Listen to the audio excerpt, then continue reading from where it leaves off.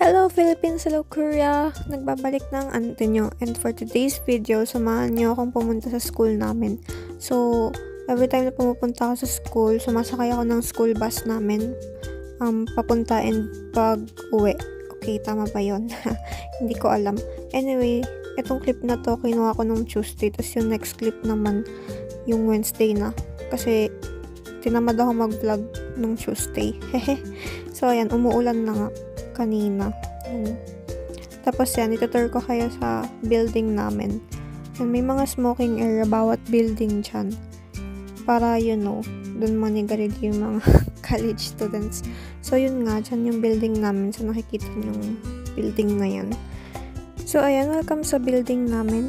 Ang tawag sa building namin ay Munwakwan. Tapos, yung first floor, yung airline service, global airline service na course. Tapos yung second, third, fourth, like iba-iba ng course yon ganon. So, tuwing papasok ako, dumidiretso ako sa Tarishil, tsaan. In English ay fitting room. So, kaming mga airline service na course ng mga babae, dyan kami dumidiretso. Tapos dyan namin ginagawa yung makeup namin, yung buhok namin. Dyan din kami papalit ng damit and everything. So, dyan kami nagpre-prepare dito sa fitting room. Tapos, pwede ka rin matulog dyan. Ganun. Madalas nga dyan na lang kami natutulog pag aga kaming pumasok. So, ayan. Nagbabalak akong itur kayo. Kaya lang, nakapatay yung ilaw. Tapos, sobrang aga kong pumasok ngayon. Kaya, I guess, oh my god, hindi ko kayo na-tour kasi nakapatay pa yung mga ilaw. Tapos, nakalock din yung mga room. Hindi ko alam yung password ng iba. Dito lang sa Tarishil yung alam namin na password. And bumalik lang ako para ilagay yung sapatos ko.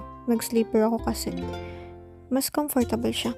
Anyway, ayun nga, may CR dyan. Sa dulo ng room, boys and girls. Tapos, dyan tayo pumasok kanina. May trash can. Tapos, locker. And yung gusto ko sanang ipakita sa inyong room, yung madalas namin ginagamit tuwing nagkaklase kami.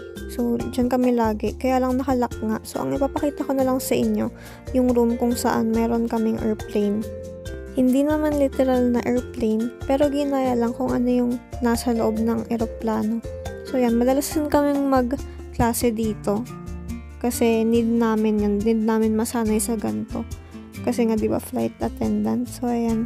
May mga uniform dun kanina sa gilid. Kuhang-kuha din yung anong tawag doon? Changmon. Yung bintana. Tapos yung overhead bin. So, pag magkaklase kami, uupo kami sa gusto naming seat. Tapos, bubuksan lang namin yung sa kainan. Tapos, dyan namin nilalagay yung libro. Ganyan. Ayan, merong emergency light. Lavatory. Tapos, yung bintana. Merong mga emergency equipments, overhead bin. Totoo yan, lahat nabubuksan. Tapos may mga uniforms. Tapos sa likod yung galley and yung pintuan.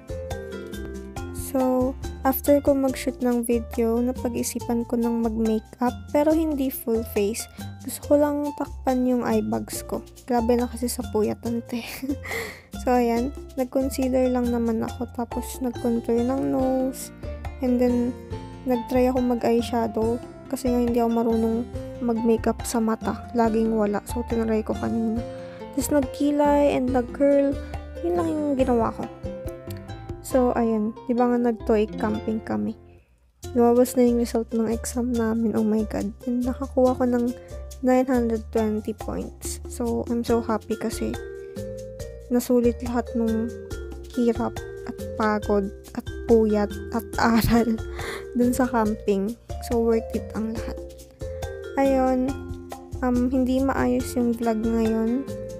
Pero, babawi na lang ako sa susunod. And I think, hindi siya magiging madali.